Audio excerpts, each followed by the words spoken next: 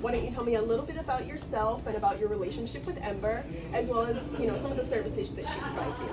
Well, I used to be a firefighter, and I was injured in the line of duty, and I had severely injured my back, and I suffer from PTSD. So Ember is going to not only be a assistant or be for walking and picking things up, and she's also going to help me with my PTSD.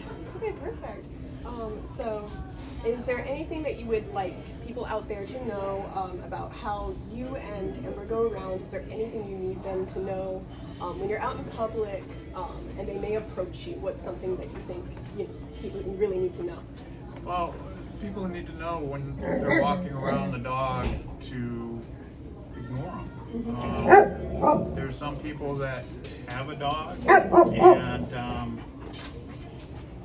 they It's might, like a pet. yeah, it's their pet, or they raised them, and it's everybody. It's kind of like walking in a car lot. And people have, I drive this car, and so they talk to you about it. But it's the people that want to come and approach her, and that's very difficult. And when you ask them not to, they turn around and still try to do it. Yeah. I've had a couple instances where that's Where happened. you walk past them and you turn and you see someone trying to chase after her, Yes. pet her, that sort of thing. Correct. Yeah, and it's important that they don't do that because she does specialized tasks for you.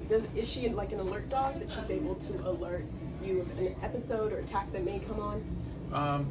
Well, it will be a little bit of anxiety attacks, but it'll be more for stability, balance and stability, and then just help me get out of the house. It'll help me with general assistance.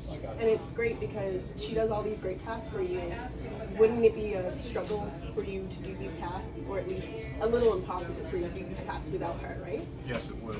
So it's really important that civilians like me, or people who don't have service animals like me, need to understand these rules and things that we can do in order to make sure that we don't become an obstacle in your way, in your life. Right. And I don't expect people to get out of my way when I'm walking, because they have just the same rights as I do walking through the store.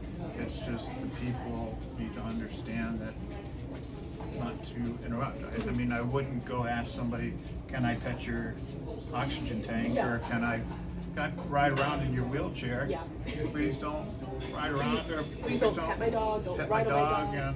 and Don't distract my dog. so it takes, when they distract her, it takes her attention away from my needs. That's actually a really important message, and I completely agree with you. I know that I have many instances with my sorority sisters where someone would try and pet their dog or distract the dog. They'd make noises or whistles, or like the sound. And the problem with that is the dog wouldn't be able to focus on that person. So essentially, very important that that doesn't happen anymore. Exactly. And I've run into several. I was walking into the restaurant today, and people were very nice, and they walked older children aside and said, please do not pet, or you can't pet the dog. So there's a lot of people that understand it, but it's those few what don't and cause issues. That kind of ruin it for the rest. Yes, exactly.